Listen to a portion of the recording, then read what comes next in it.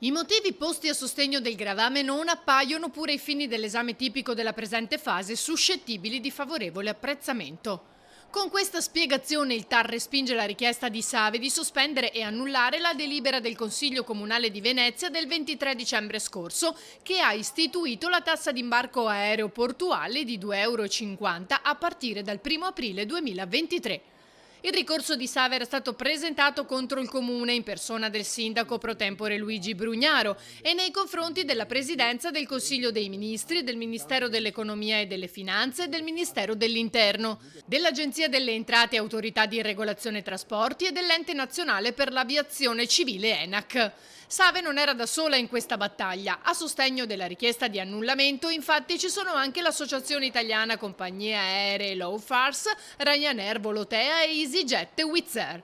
Soddisfatto senza esultare il sindaco Brugnaro. Abbiamo fatto il nostro lavoro, ha commentato. Difendere il centro storico è costosissimo.